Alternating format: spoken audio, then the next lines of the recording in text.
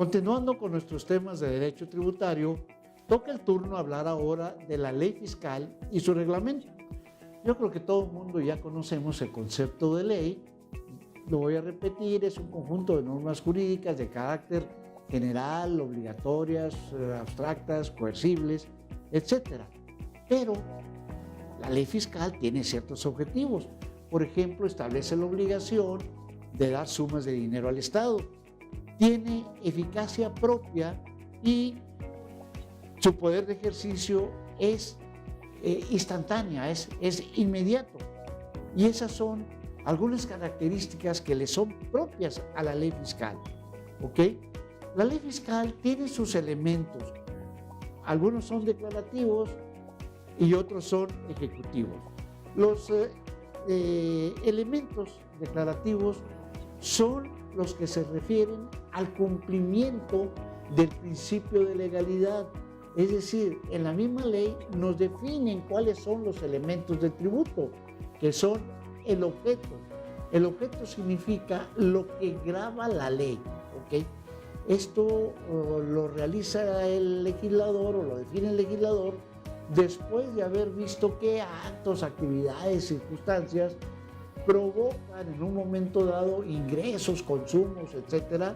Y entonces dice, bueno, con base en esto yo puedo establecer alguna ley que grave el ingreso, que grave el consumo.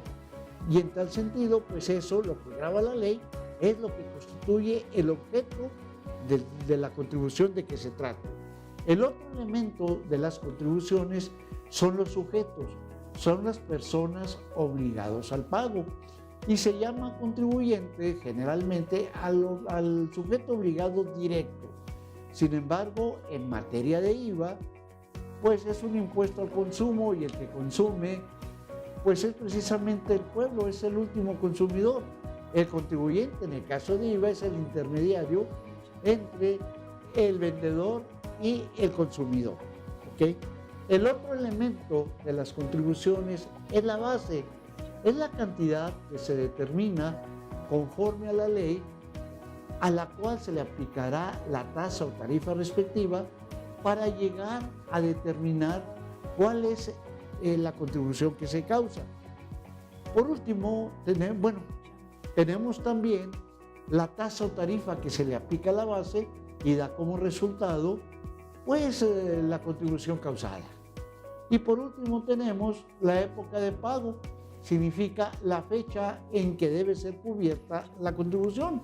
Y así, por ejemplo, en materia de impuestos sobre la renta, sabemos que es un impuesto de carácter anual, pero que a cuenta de ese impuesto anual se tiene la obligación de efectuar pagos provisionales mensuales, a más tardar el día 17 del mes siguiente al que corresponda, y que dichos pagos anuales se van a disminuir del impuesto que se cause al final del ejercicio, en donde quedamos obligados a que dentro de los 3 meses posteriores al cierre de ese ejercicio, pues vamos a presentar la declaración anual y pagar el impuesto sobre la renta anual, disminuyendo del impuesto determinado el importe de los pagos provisionales efectuados.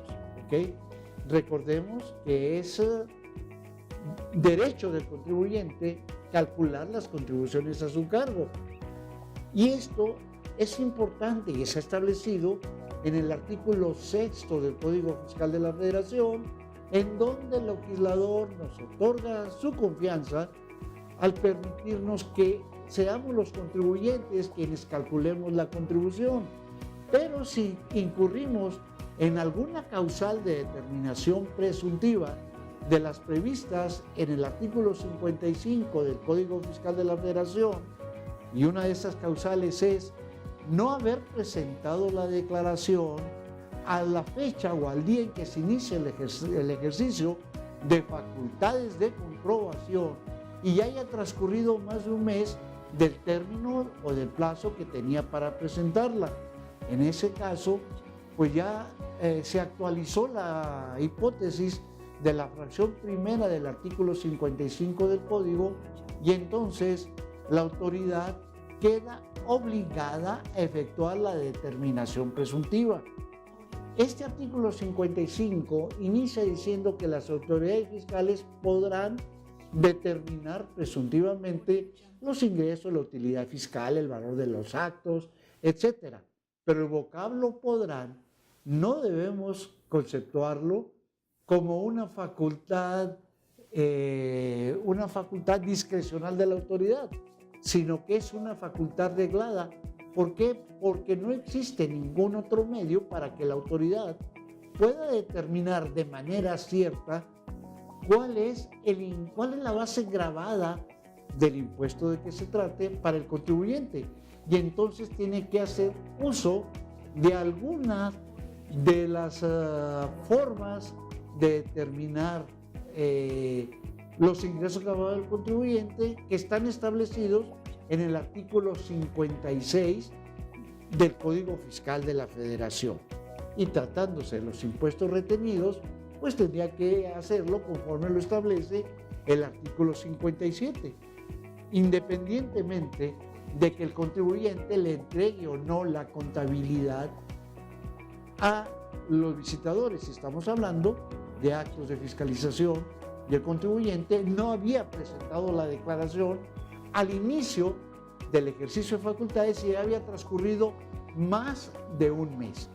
En este caso, pues el artículo 14 constitucional es bastante claro cuando establece que nadie puede ser objeto de violaciones a su domicilio, documentos, personas, etcétera, si no es mediante mandamiento escrito que funde y motive la causa legal del procedimiento, y otorga facultades a las autoridades fiscales para violentar el domicilio del contribuyente siempre y cuando se realice para vigilar el cumplimiento de las disposiciones fiscales y se le pida al contribuyente la documentación contable necesaria, pero esa facultad, esa visita domiciliaria tiene que sujetarse a las leyes respectivas, y así el Código Fiscal de la Federación, desde el artículo 42 hasta el 50, establece cuáles son esas normas de procedimiento que, tratándose de visita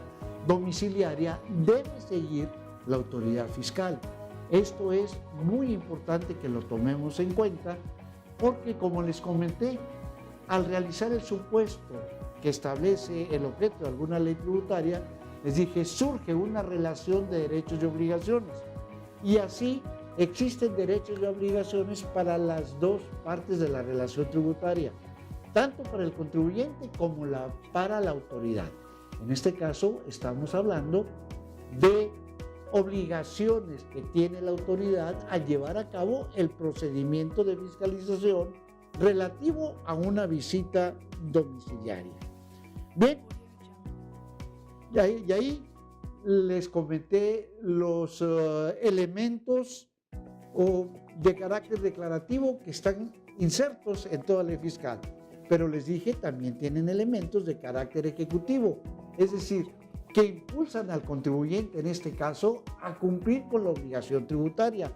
Y para tales efectos tenemos los medios de apremio que están contemplados en el artículo 40 del Código Fiscal y que utilizan mucho las autoridades fiscales y las autoridades de los organismos fiscales autónomos y las autoridades fiscales de los estados, consistentes en la inmovilización de las cuentas bancarias, que por cierto en muchas ocasiones no cumplen con todos los requisitos legales que señala la misma ley.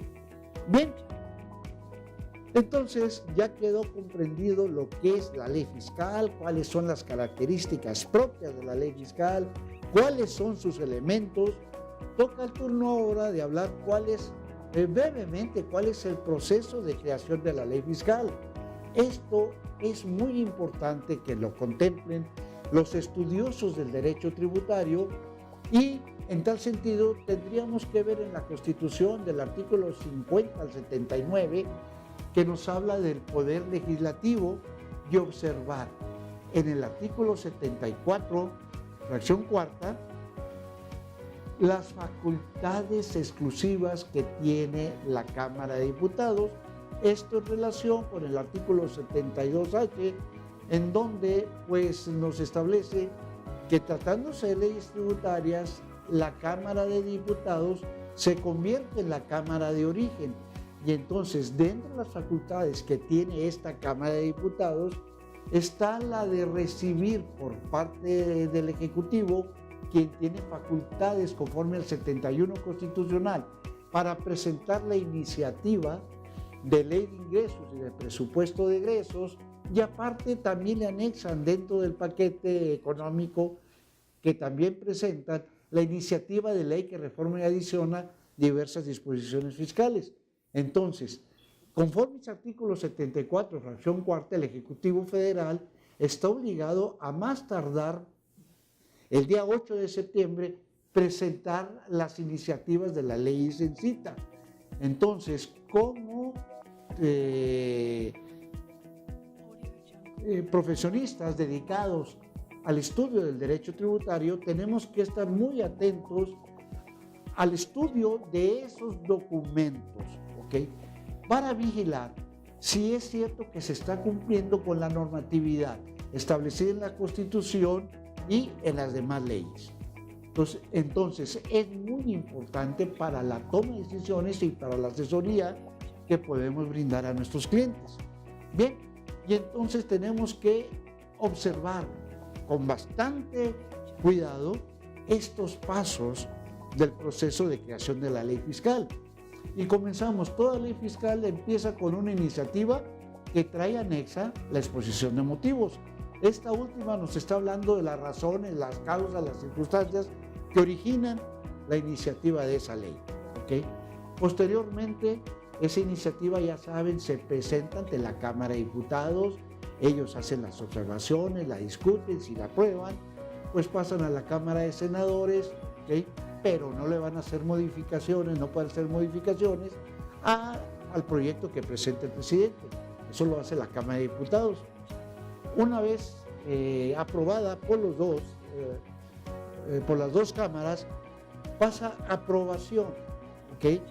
De la aprobación pasa a la promulgación, que es la firma que hace el presidente de la República, conforme a la cual ratifica que el proceso de creación cumple con las disposiciones constitucionales y posteriormente ordena su publicación en el Diario Oficial de la Federación, y como todos sabemos, a partir de su publicación pues inicia vigencia, salvo que en el mismo texto se mencione que va a iniciar vigencia en otro tiempo, como fue el caso de la Ley del Seguro Social, publicada en 1995, que inició vigencia hasta 1997.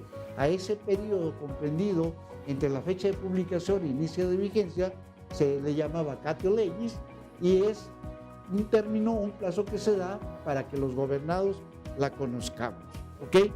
La vigencia de la ley fiscal es de un año, señores, porque un año es la vigencia que tiene el presupuesto de egresos. Muy bien, por último, les recomiendo que observen el artículo 133 constitucional, que nos habla de la jerarquía de las leyes, y así observamos que en primer término tenemos a la Constitución, posteriormente a los tratados internacionales que celebre el presidente de la República y que sean aprobados por el Senado. Posteriormente tenemos las demás leyes ordinarias, posteriormente los reglamentos, las reglas de carácter general y las circulares. Recordando nada más que ninguna ley puede ir sobre la Constitución. Muy bien, eso es el tema relativo al día de hoy.